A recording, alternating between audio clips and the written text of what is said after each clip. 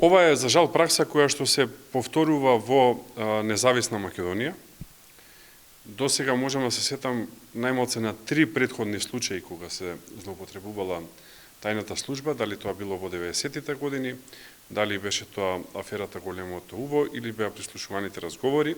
И еве четврти пат за жал се злоупотребува и секоја жртва е ВМРО, што јасно говори дека антидемократските елементи во општеството се борат против демократско ВМРО, затоа што не сакаат демократија во Македонија и не сакаат демократските структури да надвладеат во Македонија. Тие сакаат структурите од поранешниот комунистички режим на поранешна Југославија да продолжат да владеат со Македонија.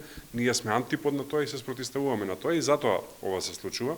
Така што работата е многу поголема од тоа што изгледа и има многу подлабока позадина.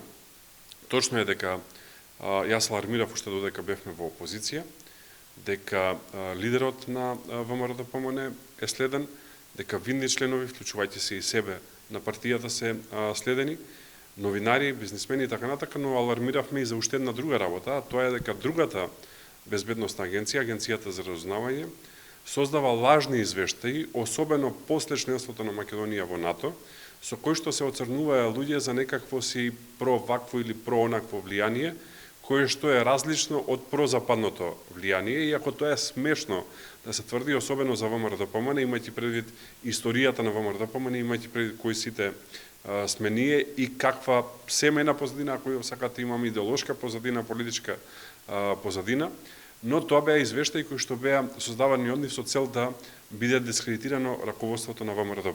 За среќа, нити едната, нити другата операција успеа. Промените се случија на минатогодишните парламентарни избори и сега е време за одговорност. Во контекст на одговорноста, денеска имаме одговор од поранешниот директор, тврди нека се декласифицираат тие документи.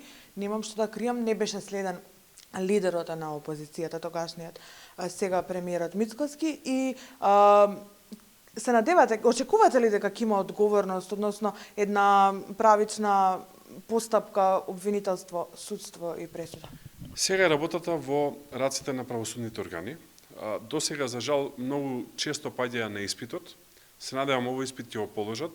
Јавноста, граѓаните очекуваат разрешници, очекуваат одговори и тие одговори може да се дадат само низ правосудните органи. Обвинителите и судиите да окажат последниот збор, затоа што така е во една демократска држава.